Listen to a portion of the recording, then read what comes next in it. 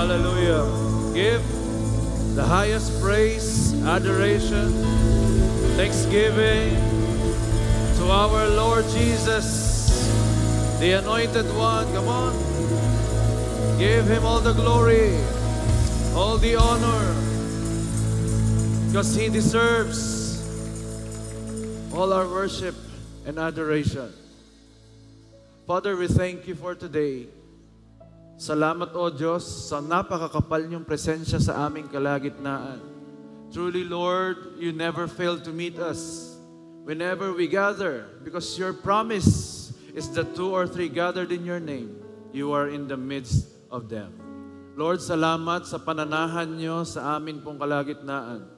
And Lord, today, kami po'y nag-e-expect ng greater things from You. And Lord, prepare our hearts and minds. Kung meron po kayong nakikitang bahid ng kasalanan o anumang hadlang upang hindi namin matanggap ng buong buo ang iyong mga salita, Lord, kami po'y humihingi ng tawad. Nagpapalinis po kami ng iyong banal at makapangyarihang dugo. At hayaan niyo po ngayong oras na ito malayang kumilos ang banal na Espiritu. Lord, naniniwala kami, O Diyos, dadaloy ang answered prayers, dadaloy ang healing, ang deliverance, ang prosperity and blessing shall flow in our midst. Lord, umaasa kami that we will be closer to You than yesterday, Panginoon. We will not only be informed, Lord God, but we will be transformed by Your word from glory to glory hanggang makamukha namin Kayo, Panginoon. Lord, salamat sa katagumpayan ng araw na ito.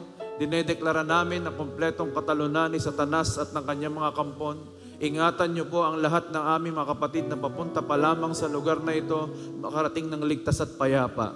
At even all the worship services online and even all parts of the globe ng JA1 Church, we already declared the complete victory in Jesus' mighty name. Samahan at ingatan, pagpalain niyo po ang aming Apostle Bishop Art and Reverend Lynn na ngayon po'y nasa lugar ng United Arab Emirates. Lord, salamat sa katagumpayan ng araw na ito. Thank You, Lord. We are expecting greater things. Uuwi kaming hindi lamang puno, kundi nag-uumapaw ng pagpapalat biyayang nanggagaling sa inyo. Salamat, Lord, for the favor. We give to You our praises, worship, and adoration that is due to Your name alone. This we all pray in Jesus' name. Amen and amen. Palakpakan po natin si Lord. Praise God.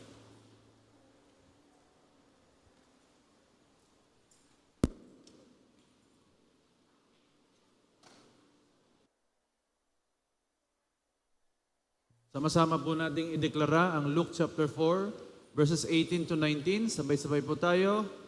The Spirit of the Lord is upon me, because He has anointed me to preach the gospel to the poor.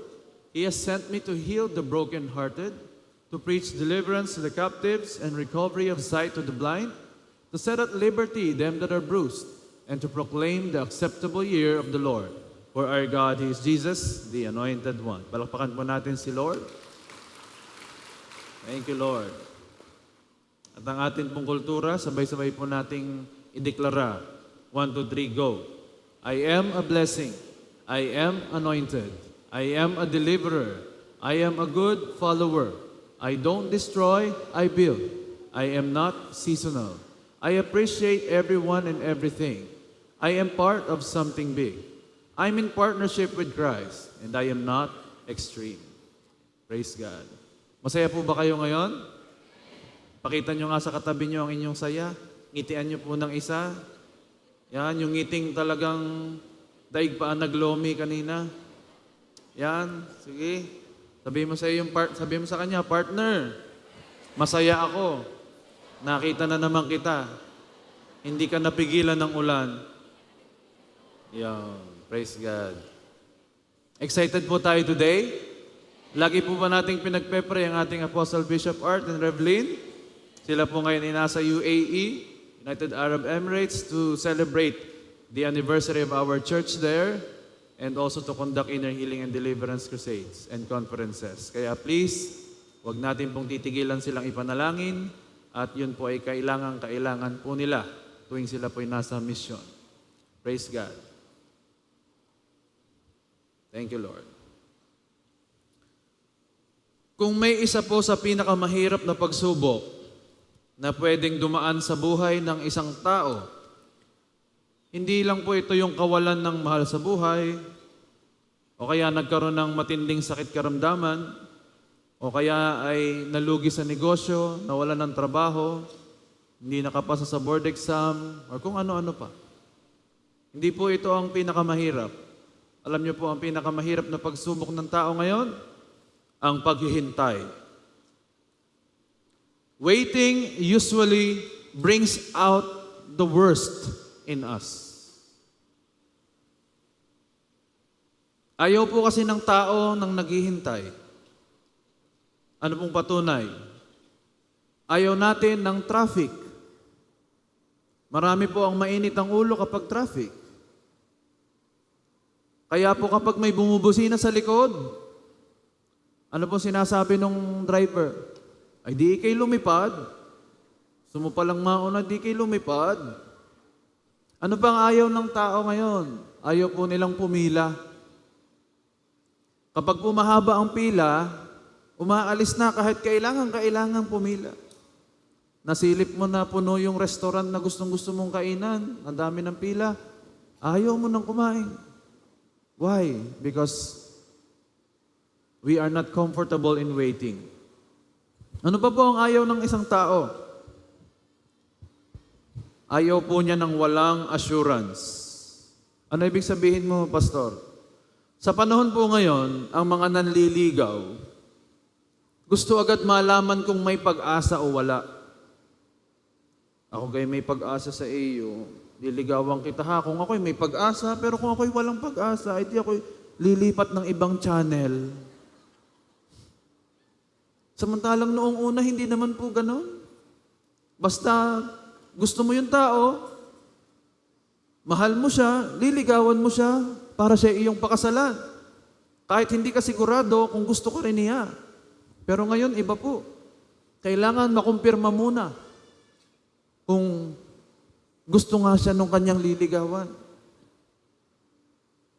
Tapos nung naging sila na, ito na ang sinasabi sa isa't isa. Akala ko, worth the wait ka, worth the lesson ka pala. Kapag hindi ka Gen Z, hindi mo magigets yaon.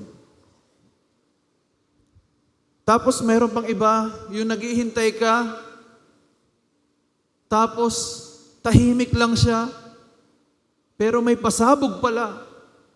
Naramdaman niyo po ba yun? Tahimik lang siya, pero sumasabog.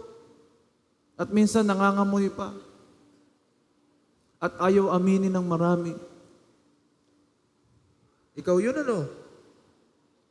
Umuutot pala. Meron pong verse sa Bible na diretsahang sinabi ang patungkol sa paghihintay. Kaya po ang topic natin for today ay pinamagatan pong Love is Patient. Sabihin po natin, Love is Patient. Kung papansinin niyo po, 1 Corinthians chapter 13 verses 4 or verse 4a. Yan lang po ang ating pag-uusapan ngayon. Love is patient and kind. Actually, hindi ko pa nga isasama po yung kind. Doon lang po ako magfo-focus sa love is patient. Sa Tagalog, ang taong may pag-ibig ay mapagtiis at mabait. Tingnan mo nga yung katabi mo, kaya mabait. Paghutulog. Mayroon pong verse sa Bible na diretsahang sinabi kung ano ang love. At ito po yun. 1 Corinthians chapter 13 verse 4. Pero kung mapapansin niyo po, mas marami pong binanggit si Pablo doon. Onwards po yun hanggang verse 7. Patungkol sa what love is not, kung ano ang hindi ang pag-ibig. Kaysa doon sa kung ano ang pag-ibig. Napaka-specific po pala ng meaning ng love. Sa dinami-dami na nang narinig kong kahulugan ng love. Love is blind. Love is when you give. Love is about the other person and not about you. Pero isa lang po ang binanggit ng Biblia. At ito po hindi sumagi sa isip ko kung hindi ko ito mababasa. At iyon po yung sinasabing, love is patient. Straight talk po tayo mga kapatid. Real talk tayo. Kung hindi tayo patient, hindi tayo loving. Kasi yun lang ang sabi ng Bible about love. Love is patient. Therefore, kung hindi ka patient, hindi ka marunong mag-love. Hindi pala natin pwedeng ipagmalaki, paano naman po yung magagandang qualities ko pagdating sa pag-ibig? Basta kung ikaw ay mainipin, wala ang pag-ibig sa'yo. Yung pala pong ibig sabihin nun. Kapag ang isang tao ay mainipin, wala ang love sa'yo. Kahit po ako'y mapagbigay, kahit po ako'y mabait, kahit pa anong sabihin mo, pag wala ang patience sa'yo, wala din ang pag-ibig na yan. Kaya ito, itanong mo sa iyong katabi, do you have a weight problem? Tanongin mo ang katabi mo, do you have a weight problem? O agad na may tinignan nyo ang bilbil at ang hindi yun. Hindi yung timbang ang pinag-uusapan dito. Kasi maraming Kristiyano may weight, W-A-I-T, problem. Kung meron kang weight problem, ibig sabihin meron kang love problem.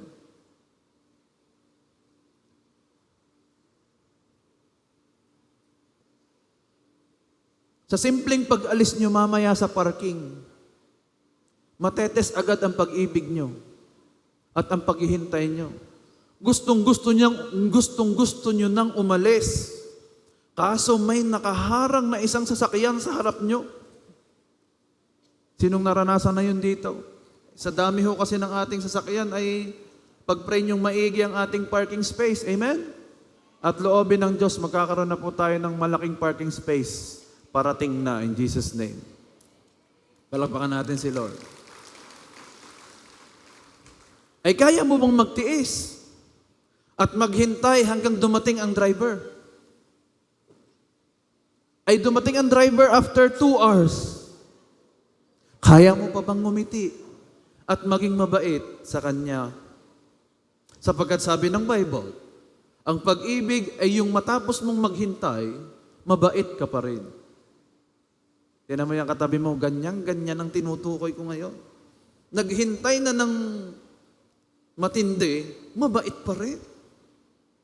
Tama po ba? Parang ayaw nyo na talagang tingnan yung katabi nyo kanina pa. Iba yung naghintay, pero masama naman ang loob mo. Hindi pa rin yun ang pag-ibig. Kasi sa binasa natin, love is patient and kind. Mapagtiis at mabait. Tamang-tama po, pinagsama yung dalawa. Kasi mapapatunayan ang kabaitan mo kapag ikaw ay naghihintay. Naalala mo bigla ang asawa mo. Bago nakalabas ng banyo ay 1 oras. At bago nakapagbihis at nakapag-makeup ay 2 oras pa. Meron ho bang ganun dito? Yung asawa mo, kapag nagsa-shopping, pupuntahan lahat ng shop. Isusukat yung isang blouse. Tapos sa kadulu-duluhan, walang nagustuhan. Dear, lipat tayo ng kabilang mall, doon tayo magtitingin. Ay sa paningin po ng lalaki, pare-parehas naman ang damit. Iniisip namin, ano pag namang hindi mo nagustuhan? Parang sa tingin ko, yun din lamang ang iyong sinuot. Pero hindi po ito galing sa aking experience ha. Nabalitaan ko lang ito. Bakit kayo tumawa? Ako'y seryoso. Kaya naman pag tinatanong ka, love, bagay ba? Sabi nung lalaki, matapos niyang magpauli-uli, ay oo, pwede na yan. Lahat ng itanong sa iyo, bagay lahat. Pero ang totoo, ang isip ng mister mo, nasa mang inasal na. Ang katawan ay nasa damitan, pero ang kanyang espiritu ay nasa mang inasal na. Dahil malaking issue po talaga ang maghintay. Sabihin po ulit natin sa ating sarili, ang naghihintay ay nagmamahal. Alam niyo po ba ang mga pangako ng Diyos? Hinihintay din niya. Para nga daw po itong check eh. God's promises are like checks, but often post-dated. Kung kayo po'y pamilyar sa mga transaction sa cheque, ibig sabihin po nito, nandyan na. May pirma na nung may-ari ng langit at lupa. Meron na ding amount kung magkano. Nakalagay na ang bahay at lupa mo, nakalagay na ang iyong sasakyan, pirmado na, nakalagay na din yung kagalingan, nakalagay na lahat nung pinagpe-pray mo at pangakong pinangahawakan mo. Kaya lamang ang date ay hindi ngayon. Ang date ay maaaring next month pa or next year pa. But nandun na ang pangako ng Diyos. Ano po ang dapat gawin? We should wait. Ito po ang tanong lagi ng marami. Yes and amen ang lahat ng pangako ng Diyos, pero most of the time, kailangan din ng maraming paghihintay. Kaya ito ang tanong ng marami, why wait? Bakit tayo maghihintay? At ito po ang sasagutin natin ngayong araw na ito. Unang sagot, number 1, maghihintay ka because it's not yet time. Sino po ang mga single dito? Taas ang kamay.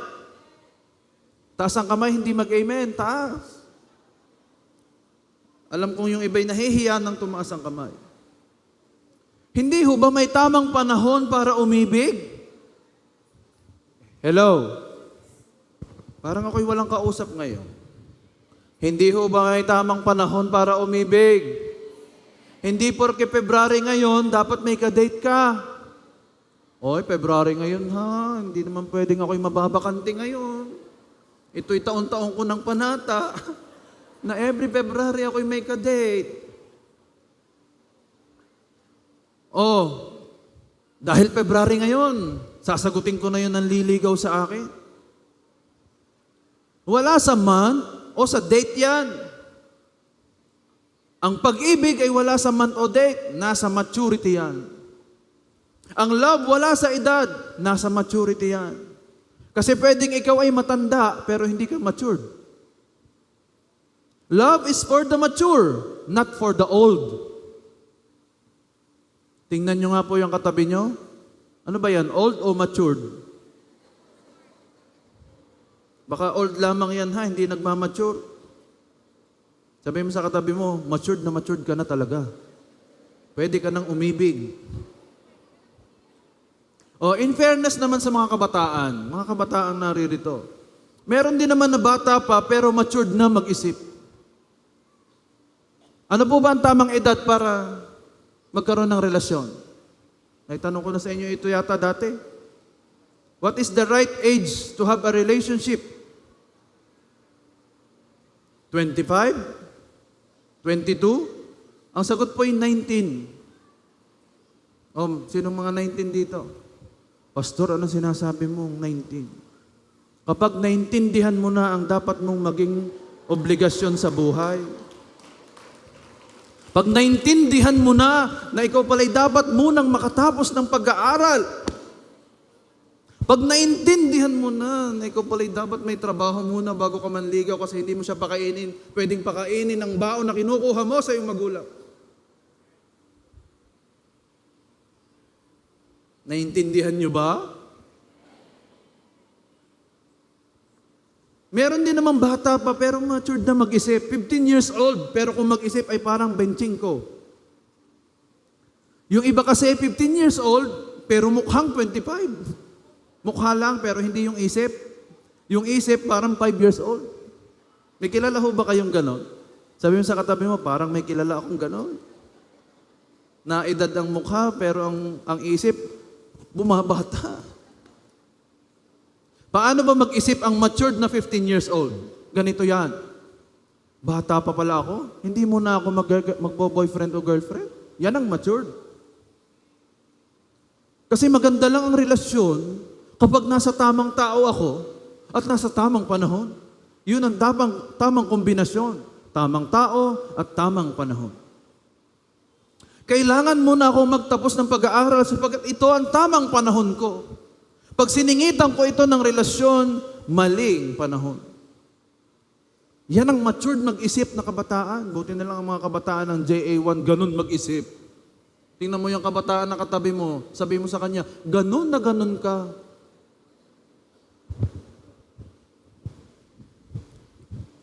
Hindi mo kailangang pumasok sa isang relasyon para lamang mapatunayan na marunong kang magmahal. Hindi po ba kailangan talaga ng karelasyon para magmahal? Hindi. Actually, meron ka ng existing relationship ngayon. Hindi mo ba alam yon? Hindi mo na kailangan magdagdag pa. Ay ano po yun? May mga magulang ka. Meron kang mga kapatid. Mahalin mo sila. Pag hindi mo pa sila mamahal ng ayos, hindi mo kayang magmahal nang hindi mo kasama sa pamilya. At higit sa lahat na relasyon, may relasyon ka sa Diyos. Sinong may relasyon kay Lord? Ibuhos mo ang love mo sa Kanya. Dahil bawat buhos mo ng love sa Kanya, ikaw ay nakikinabang. Matthew chapter 22 verse 36. Guro, ano po ba ang pinakamahalagang utos sa kautusan? Sumagot si Jesus, mahalin mo ang Panginoon mong Diyos ng buong puso, ng buong kaluluwa, at ng buong pag-iisip. Ito lamang ang sinabi ng Biblia na buong pagmamahal na ibigay mo. Wala sa iba, hindi sa boyfriend o girlfriend mo, hindi sa asawa mo, sa Diyos yung buong puso. Buong kaluluwa at buong pag-iisip. Ito ang pinakamahalagang utos sa lahat. At ang ikalawang pinakamahalagang utos ay katulad din ito. Mahalin mo ang iyong kapwa. Katulad.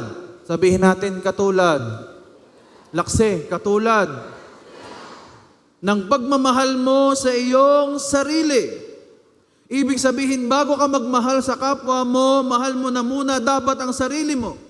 Dahil dito manggagaling ang basihan para mamahal mo ang kapwa mo.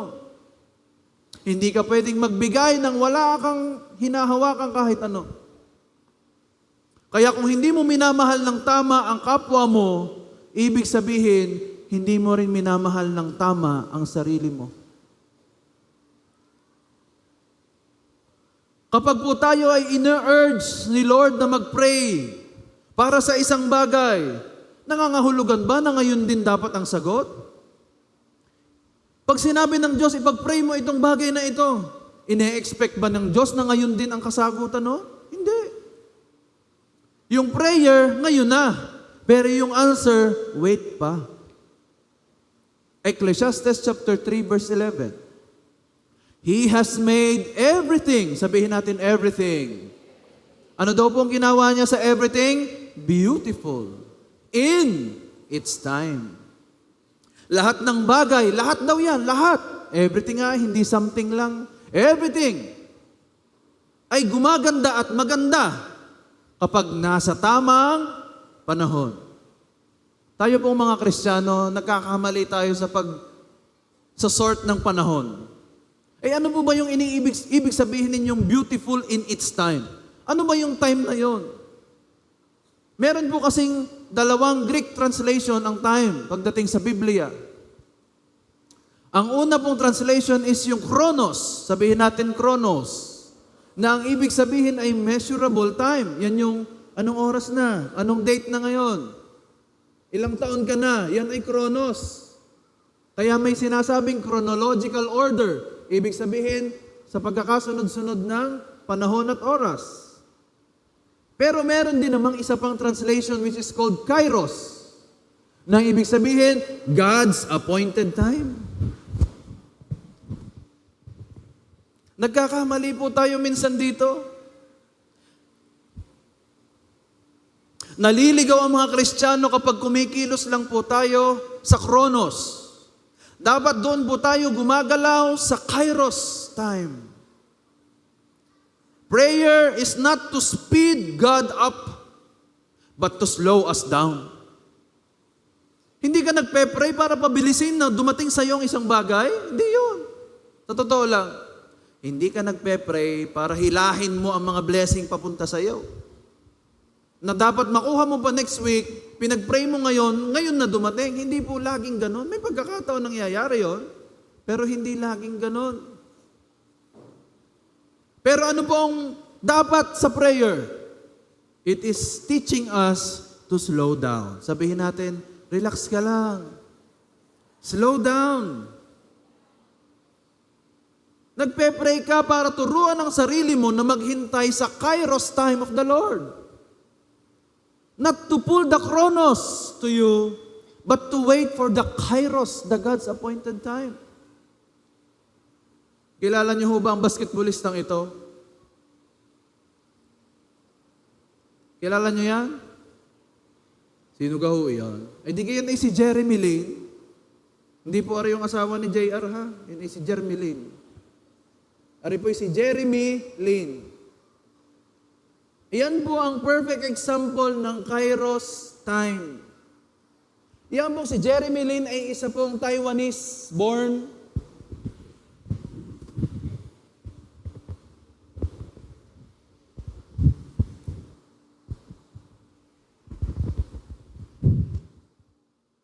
Taiwanese born po siya. Siya po'y nangarap maging NBA player. Nag-aral po siya sa Harvard. Ngunit walang kumukuha sa kanya na NBA team. Ilang beses po siyang nakapasok sa tryout. Pero kapag pipili na po ng final roster, laging hindi siya kasali. Umabot pa sa point na nakikitulog lang siya sa mga sopa ng kanyang mga kaibigan kasi walang tumanggap sa kanyang NBA team or even the smaller leagues, hindi siya matanggap. Pero bagamat panay rejection ang nakukuha ni Jeremy Lin, pinili niya pa rin maghintay at magtiwala sa kairos time ni Lord. Born again po yan eh. Alam niyo, nakapasok po siya dyan sa team na yan. Ang isa sa pinakakilalang team sa NBA, ang New York Knicks. Pero malabo siyang makapaglaro doon. Nakapasok lang siya pero hindi siya makakapaglaro. Alam niyo kung bakit? Ay pang-apat pa po siya sa pila ng mga point guard. Eh dyan po sa NBA, ang pinapalaro lang po, siyempre yung pinakamagaling na point guard, starting point guard, yung pangalawang point guard, at kung tambak na ang kalaban o kaya sila ang tambak, makakalaro din ng kaunting minuto yung pangatlong point guard. Ay si Jeremy Lin po ay pang-apat pa. So, nakapasok lang siya sa NBA pero hindi siya pwedeng maglaro until dumating ang kairos time ni Lord. Sa same month na ito, ngayon, buwan ito, February, 14 years ago, siya po'y natawagan na pinapasok po siyang bigla. Alam niyo kung bakit? Kasi yung number 1 point guard injured. Yung number 2 point guard injured din. Yung number 3 point guard wala doon sa kanila pong bench, hindi malaman kung bakit. Ay lagi pong natatalo ang New York Knicks. Sunod-sunod na ang talo. Naiiyamot na rin po yung coach. Sabi niya, ikaw na nga ang pumasok. Parang hindi pa nga siya gustong papasukin. Sabi kay Jeremy Lin, ikaw nga ang pumasok. Pero alam nyo, nung siya po'y pinapasok sa first quarter, dito na po nag-umpisa yung tinatawag na Linsanity. Nanalo po ang New York sa leadership ni Jeremy Lin. At nung araw na yon, nakalaro po siya 25 points and 7 assists. Nagsunod-sunod po ang kanilang mga panalo at si Jeremy Lin lagi ang star ng mga games na yon. At nakilala na po siya sa buong mundo. Kairos time of God. God's appointed time. Kaya sabihin mo sa kalibat kanan mo, darating din ang big break mo.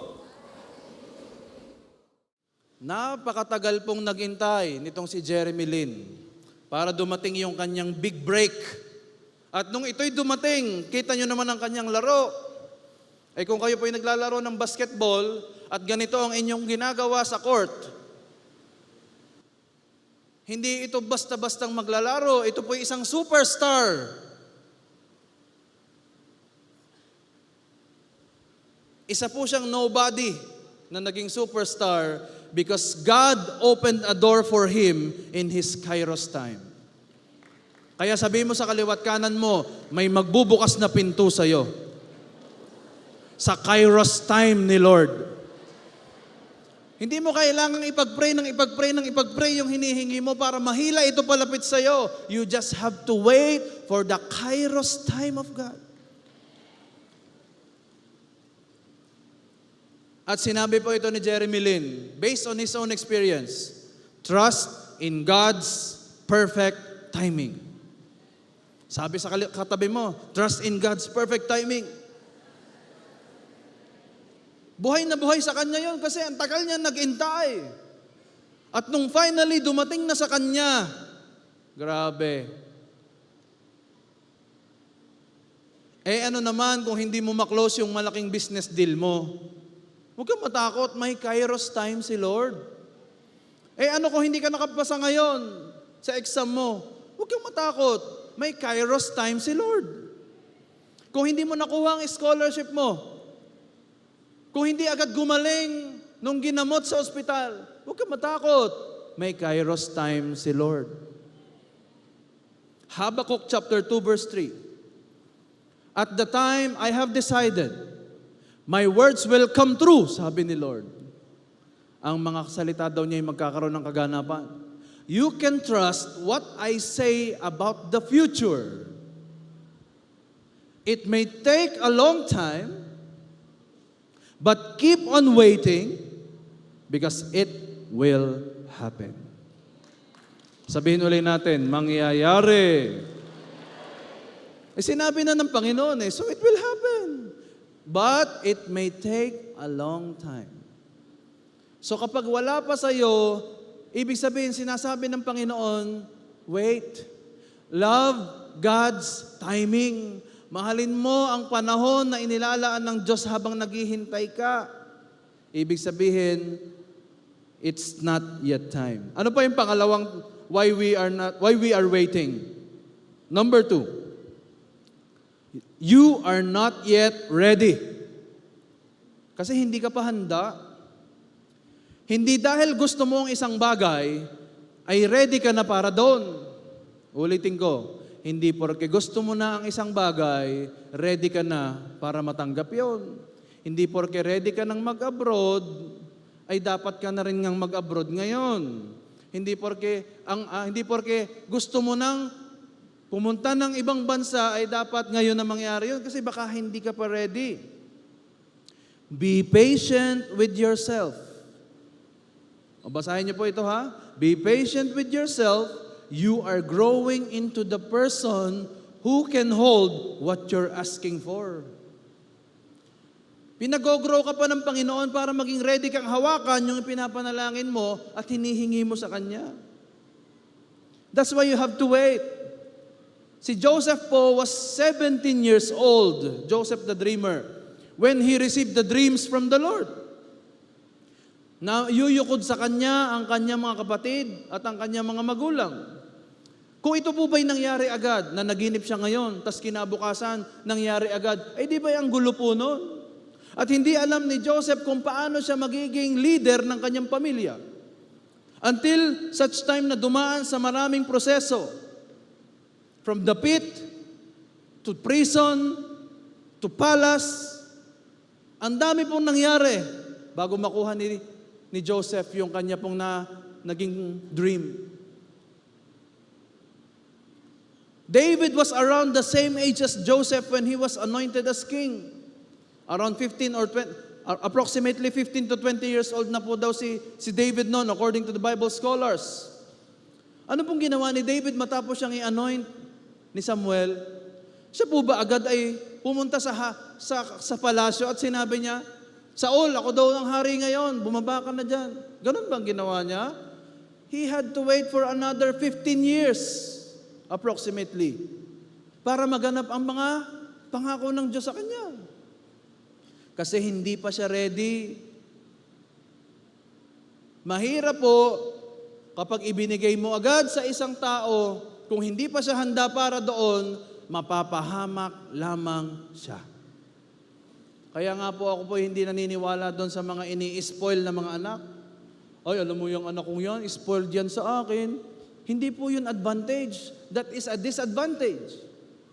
Bakit? Kasi hindi niya matetreasure ang paghihintay. May kausap po ba ako dito? Kaya kapag hindi pa ready, pag wala pa sa'yo, maghintay ka kasi baka hindi ka pa ready.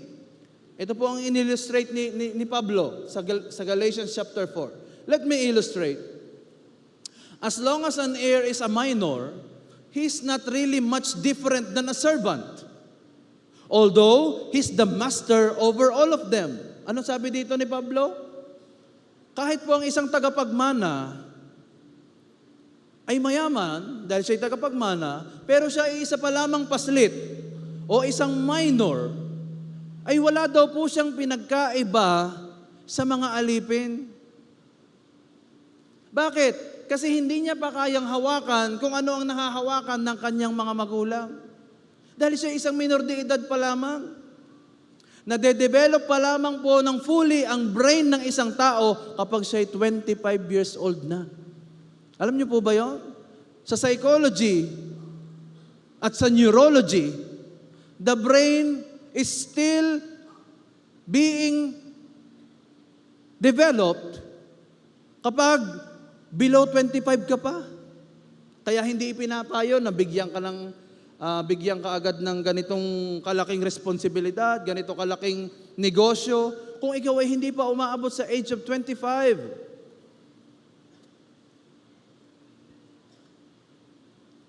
Kahit siya na ang may-ari ng lahat ng iyon balang araw. Anong sabi ng verse 2? For until the time appointed by the father, the child is under the domestic supervision of the guardians of the estate.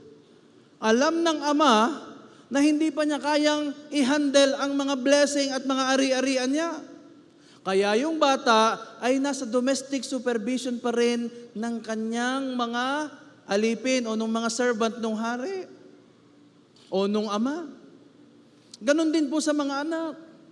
Huwag mo agad pagtitiwalaan niya ng isang bagay na alam mong hindi niya pa kayang i-handle. Hello? Kahit pa yan ay maglupagi, kahit pa yan ay mag-iiyak sa harapan mo, huwag mong ibibigay sapagkat hindi niya kayang i-handle. Kaya yung pong nagbibigay ng cellphone sa anak para lang tumahan, hindi niya kayang i-handle ang cellphone. May kausap pa ho ba ako dito? Ay, bigyan mo ng cellphone ng batang yan at niya tumahimik. Tatahimik yun, pero sa totoo lamang, hindi siya nahihirapan siyang mag-process. Nakakain siya noong kanyang nakikita na more than what he could imagine sa kanyang isipan, more than what he could process sa isipan niya. Kaya ano nagiging resulta? Nahihirapan ang bata at nade-delay sa development. Same is true sa buhay Kristiyano mo. Kapag lahat na lamang ay ibinigay ng Diyos sa iyo agad-agad pag hiningi mo, ikaw ay Kristiyanong bansot. Ikaw ay Kristiyanong hindi lumalago. Kasi lahat na lang bawat hingin mo sa Diyos ay binibigay sa iyo.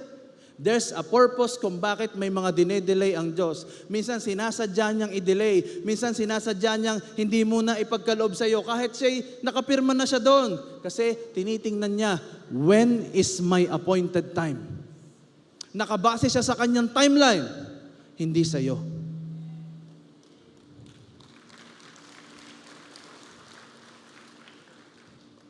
Huwag mong ipagkakatiwala ang isang bagay na hindi pa niya kayang i-handle. Some doors, wait until you're strong enough to walk through them without losing yourself. Akala natin, bawat pintong nakabukas, papasukin mo kaya mo bang i-handle yun nasa loob? May mga tao po, yumaman po sila ng alangan. Ano yung yumaman ng alangan? Sumagana ng alangan. Yung hindi muna na ayos ang kanyang sarili, yung karakter niya, ay yumaman na agad. Alam niyo ang nangyayari doon? He is losing himself. Do you know Justin Bieber? Hello. Justin Bieber was a famous singer or is a famous singer, sumikat sa kanyang teenage years. At sobrang dami ng kanyang naging responsibilidad, pera, kasikatan, sa murang edad na yon. Ano nangyari sa kanya? He fell into depression. Ang yaman na nun, sikat pa yon, talented pa yon, pero he fell into depression. Bakit? Kasi he was not strong enough to handle these kinds of things sa buhay niya ay napapunta sa kanya. That's why he lost himself. Buti na lang, nakilala niya si Christ. At ngayon, bumabangon siya. Mas gusto niya na pong kumanta ng worship songs kaysa sa mga secular songs. Ano ang naging turning point nung nagkaroon ng Kristo? Amen? Kaya kung may Kristo ka, taas ang kamay na may Kristo dito. Ibig sabihin, kung may Kristo ka sa puso, darating yung time, yung doors bukas na. Kaya lang sabi ni Lord, wait a little more. Dahil pine-prepare ko pa ang puso mo, pine-prepare ko pa ang iyong isipan, dahil may dadaanan kang mga failure dyan, may dadaanan kang rejection dyan. Pag pumasok ka dyan, may blessing, pero meron ding rejection. Kaya mo dapat i-handle parehas. Hindi pwedeng kaya mo lang i-handle ay blessing. Pero pag may rejection na, hindi mo na kaya. Kailangan you can also overcome both worlds. Hello? Kailangan parehas mong kayang pagtagumpayan yung maraming blessing at mo yung maraming problema. Pag kaya mo na yan parehas, ibig sabihin, you are ready to enter the door. Pero kapag ikaw ay may problema, lumalayo ka pa sa Diyos. Pero pag may blessing, thank you Lord, hallelujah. Ibig sabihin, you are still losing yourself and you are not ready for God's appointed time. Kaya anong ginagawa niya? Pinipilit niya lahat. Ginagawa niya ang kanyang makakaya para hilahin lahat papunta sa kanya. Sapagkat sabi ng Diyos, hindi pa appointed time, pero hinihila mo na, hinahayaan ka ni Lord. At nung nahila mo na, na-realize mo, oh no, I am overwhelmed by all of this. And then you end up losing yourself.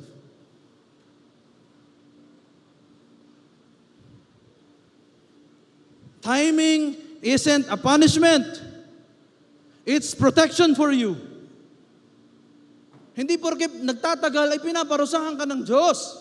Yan ay pagpapakita niya ng pag-ibig sa iyo.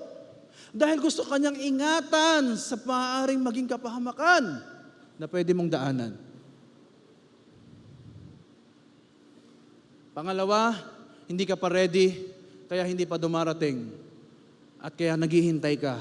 But be patient. Number 3, this is the last one. Because others are not yet ready. Kasali pa sila? Hindi ba pwedeng ako na lamang, pastor, ang magre-ready? Kailangan ba ready rin yung iba? Well, not everyone you love is ready for the version of you that's arriving. Kunyari, binago ng Diyos.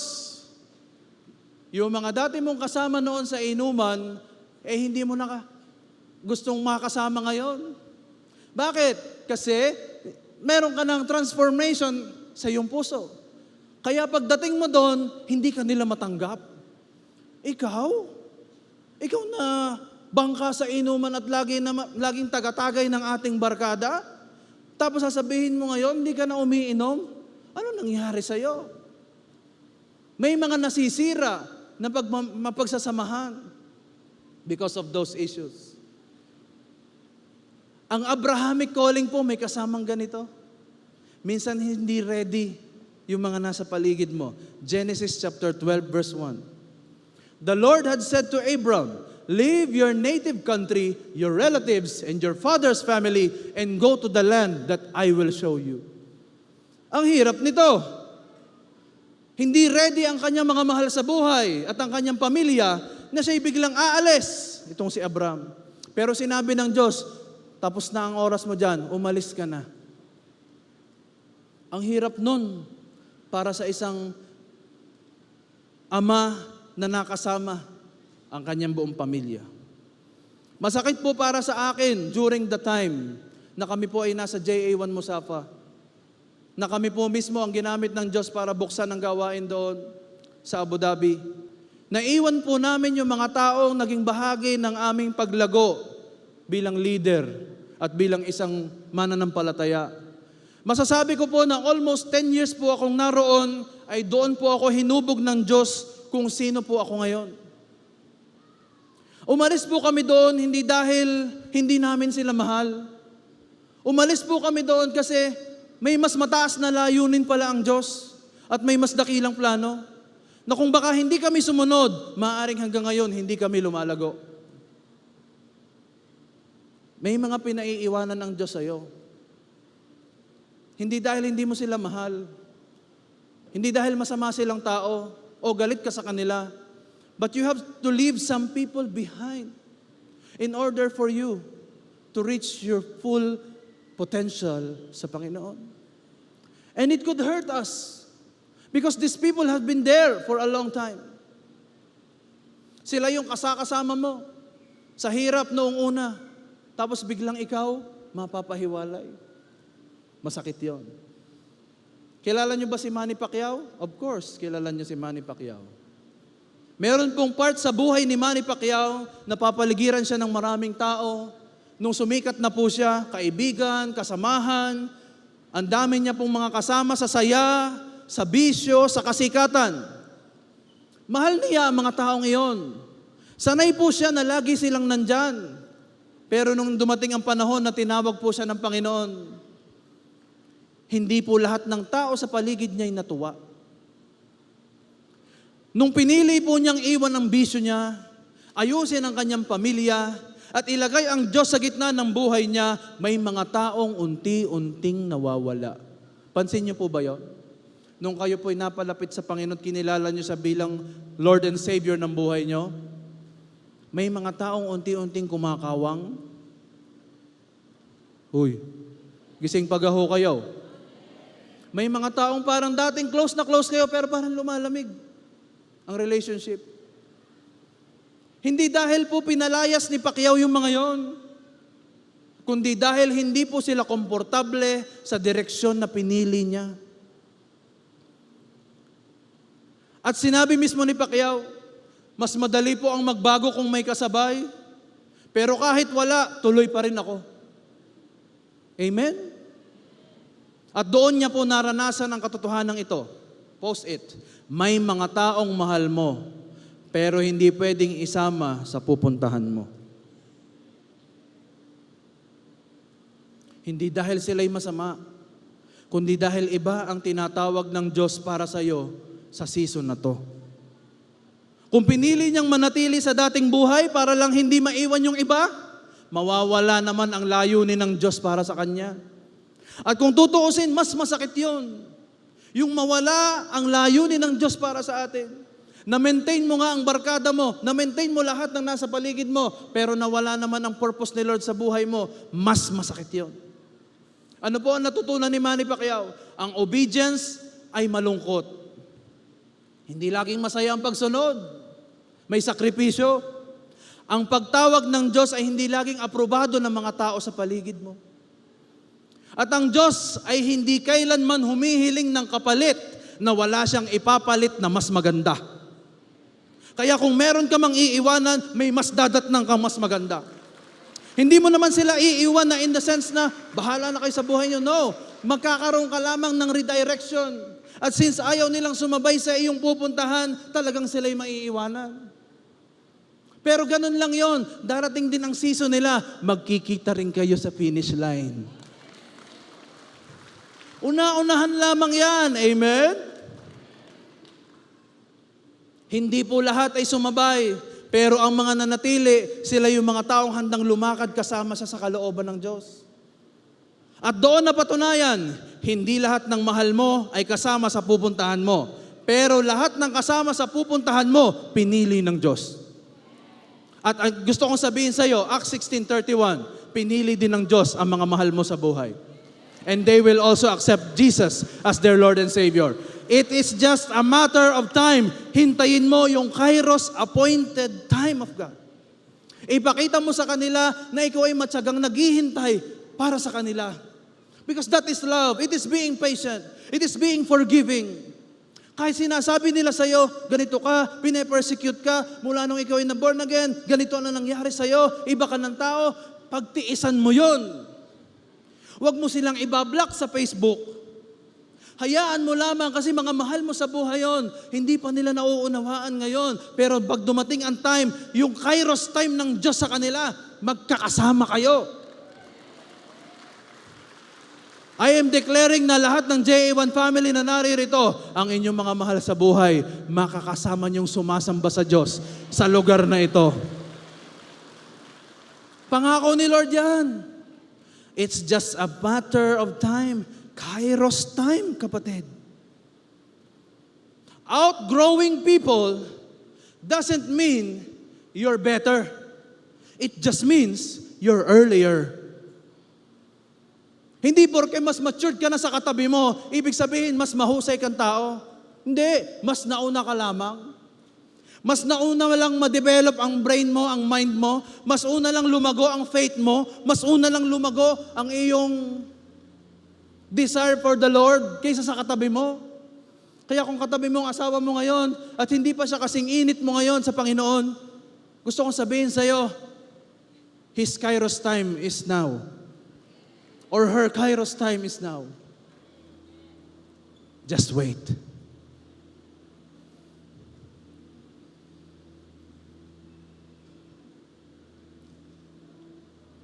Alam natin ito, Matthew 20 verse 16. So those who are last now will be first then, and those who are first will be last. May nahuhuling nauuna at may mga nauunang nahuhuli. Sapagkat hindi sabay-sabay ang ating takbuhin sa Panginoon. Merong matagal ng born again pero hanggang ngayon hindi pa naglilingkod sa Diyos. Meron namang babagong born again, agad na may naglilingkod at nagpastor pa agad. Why? Because sadyang ganon. May kairos time si Lord sa lahat. Hindi mo pwedeng sabihin, itong standard, sundin mo to. No. May kairos time si God. Do you know who Nick Vujicic is? Nung bata siya, ganitong itsura niya. Kilala niyo yan? Walang kamay, hindi lang walang kamay, walang upper limbs at walang lower limbs. Okay sana kung may paa o kaya wala lang kamay Pero ito, wala lahat. Siya po'y may karapatan na magreklamo. May karapatan yan. Meron po siyang right to say to God, Lord, ba't ginanito mo ako? May karapatan po siyang sabihin sa kanyang mga nakakasama sa kanyang eskwelahan, huwag niyo akong ganyanin. May karapatan siyang magalit. Alam niyo po ba, lahat ng pinuntahan niyang eskwelahan, siya po ay binubuli at nire-reject. Pinagtatawanan. Nabuhay po siya in disappointments, rejections, comparisons, growing up. Kung ikaw ang nasa kanyang katatayuan, kumusta ka? Will you be patient with these people? Ano ang gagawin mo sa nambubuli sa'yo? Sasaktan mo din ba siya? Anong gagawin mo sa nanakit sa'yo? Sasaktan mo rin?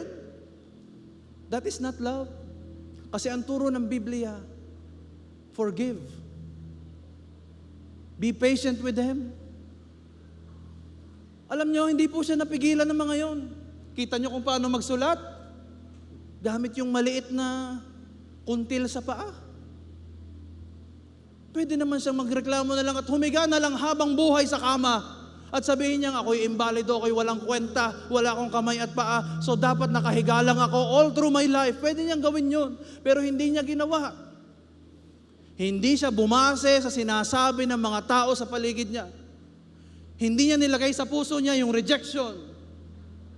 Pag minsan ng mga kabataan, kinokorek ng mga magulang, akala, inaatake sila personally.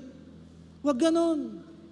Mga anak, listen to your parents' instructions.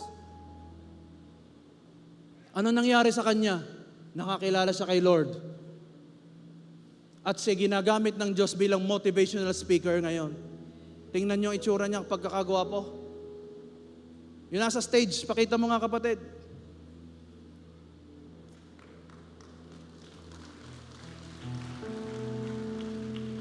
Kung kaya nga ng isang hindi kompleto ang kanyang buong katawan na mag-encourage at mag-motivate ng iba, ikaw pa kaya?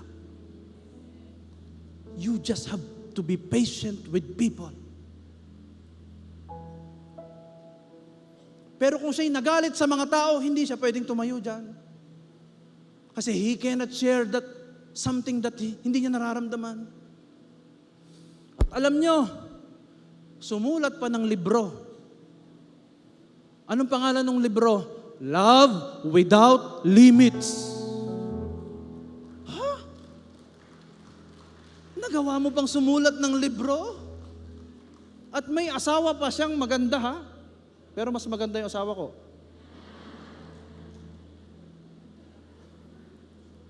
Meron pang ganyan? Love without limits? Coming from you? Anong sabi niya doon sa kanyang libro? Love is not just about feeling happy together. It's about being patient. Sabihin ulit natin, patient. And standing by others, even when it's hard.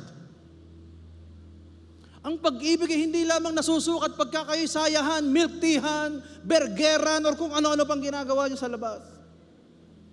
Ang tunay na pag-ibig ay nangyayari kapag ikaw ay nagpapasensya sa kasama mo.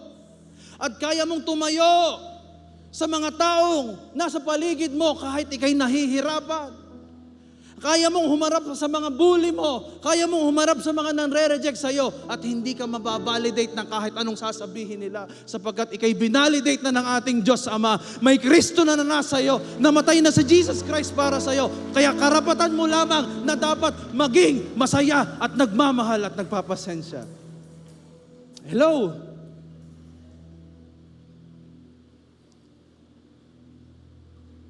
Kung babase lang tayo lagi sa ginagawa ng tao sa atin, kung ginawan mo ko ng masama, gagawan din kita ng masama. Wala tayong pinagkaiba sa mga taong walang Diyos. Pero since may Kristo ka na sa puso, ipakita mo ang kaibahan mo. Na kahit hindi ka mahal-mahal yung katabi mo, minamahal mo pa rin, pinagtitiisan mo pa rin yan. Kasi yan ay kasama mo sa buhay. Yan ay nilalang ng Diyos para iyong pagtiisan. Hindi siya ang problema. Ang problema, may binabago din ang Diyos sa'yo. O ano nangyari kay Nick Vujicic? Tingnan niyo ang pamilya niya. Tingnan niyo ang pamilya.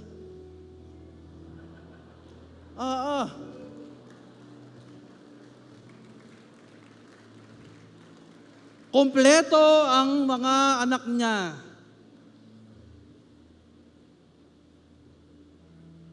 At sila'y nasa Boracay. Hello?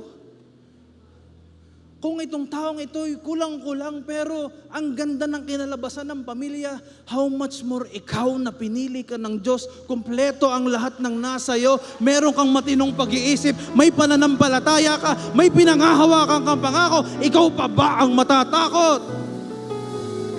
Amen? Pwede ba tayong tumayo? Come on.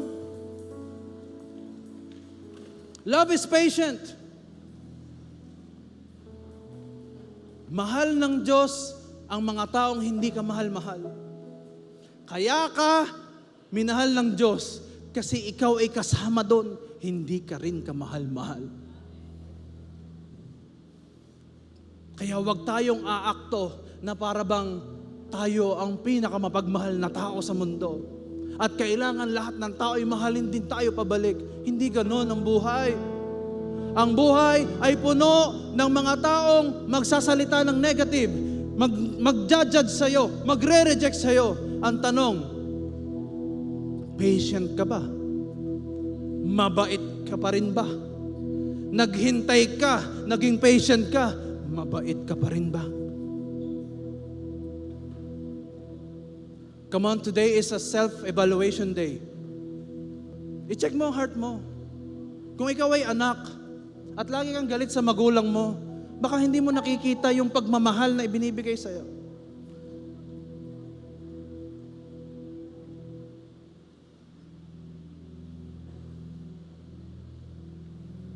Oh, hallelujah. Check yourself today. Sige. Pakasiyasatin mo ang puso mo ngayon. Check your heart.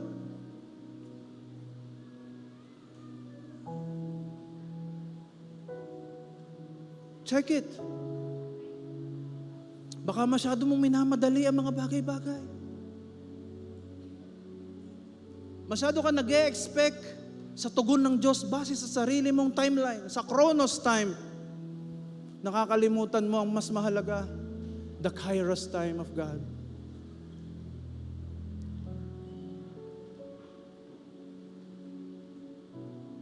Hallelujah.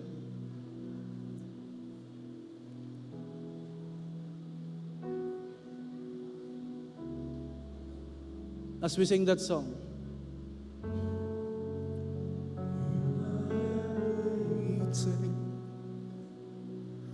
abide in me, I pray. Here I am longing for you. hide me in your love.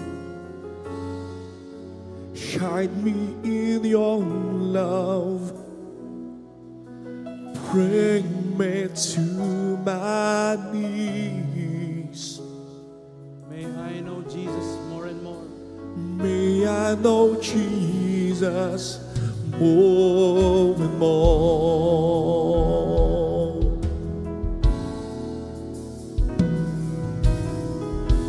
Come live in me all my life.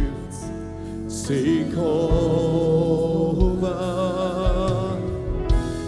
Come breathe in me, and I will rise for eagle's wings.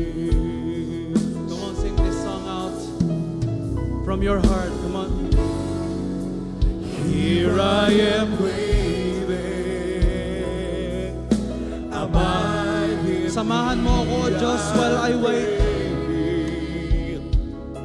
And here I am longing for you. Here I am longing for you. Hide me in your love.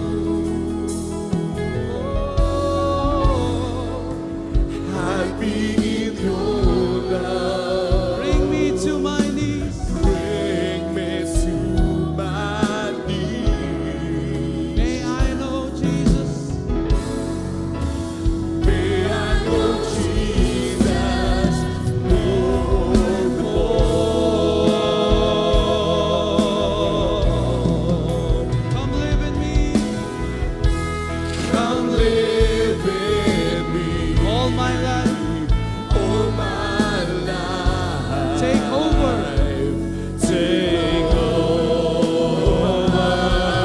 Come breathe Come in me. breathe in me, and I will rise on eagle's wings. Come live in me all my life. Take over. Come breathe. Come breathe in me, and I will rise on eagle's wings. Kapatid, close your eyes.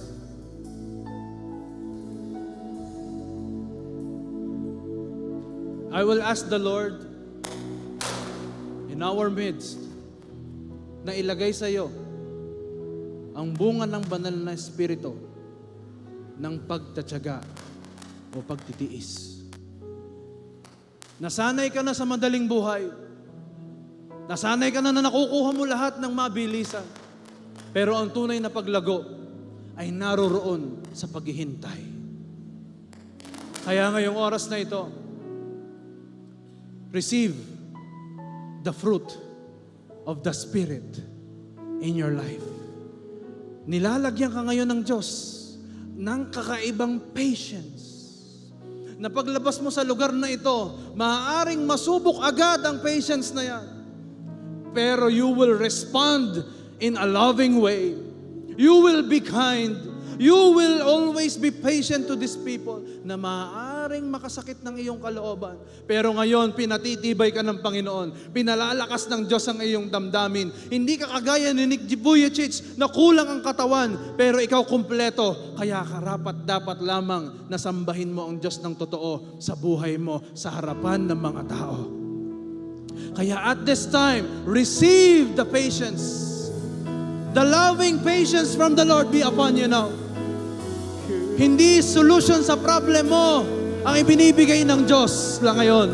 Ang ibinibigay niya sa iyo ay ginto. Ang ibinibigay niya sa iyo ay kanyang espiritu. Hindi ka lang pinauulanan ng blessings ngayon, kundi niyayakap ka ng kanyang espiritu, ng kanyang pag-ibig. Kaya paglabas mo sa labas, makakasama mo doon, mamahalin mo lamang, tatanggapin mo lamang, magpapasensya ka lamang, magtsatsaga ka lamang, because that is the love of God. Lord, salamat, tinatanggap namin ang iyong pag-ibig. Sabihin natin ito, Panginoong Jesus. Panginoong Jesus. Come on, louder, Panginoong Jesus. Panginoong Jesus. Salamat po Salamat po. dahil kayo mismo Kayo mismo. nagpapasensya sa akin. Papasensya sa akin. Ako'y hindi perpekto, Panginoon, Kung hindi perfecto, Panginoon. pero minahal mo na ako Pero minahal at mo patuloy mong minamahal. at patuloy mong minamahal. Ngayong oras na ito, Ngayong oras na ito. sabihin natin, ngayong oras na ito, Ngayong oras na ito. I promise to wait I promise to wait for the Kairos time of the Lord. for the Kairos time of the Lord. Hindi ko hihilahin ang mga bagay-bagay. Kung hihilangin ang mga bagay-bagay, Maghihintay ako sa iyo, Panginoon. hinay ako sa iyo, Panginoon. It doesn't matter It doesn't matter kung hindi ko makuha ang prayer ko. kung hindi ko makuha ang prayer ko. Ang mahalaga, natutunan ko ang maghintay. Maghintay. Salamat, Panginoon. Minamahal kitang tunay.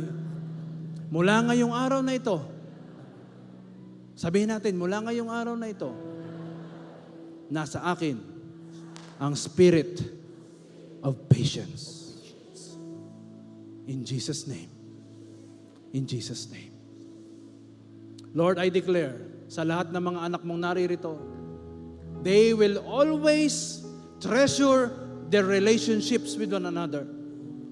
At hindi mahaharangan ito ng anumang immaturity o sama ng ugali, kundi we will be always developing our spiritual lives through our patience with one another. We will give tolerance to one another's mistakes because we ourselves have been just a recipient of your grace. Salamat, Lord. Papurihan kayong lubos sa aming buhay. Sineselyuhan namin ang inyong dugo ang aming tinanggap ngayong araw na ito. At ito'y magagamit agad namin sa aming mga trabaho, sa eskwelahan, even sa aming tahanan. We will be a model of patience.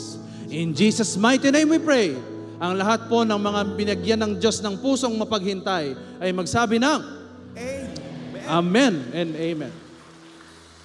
Kung mamay ka ng dalawang tao, sabihin mo sa kanya, congratulations.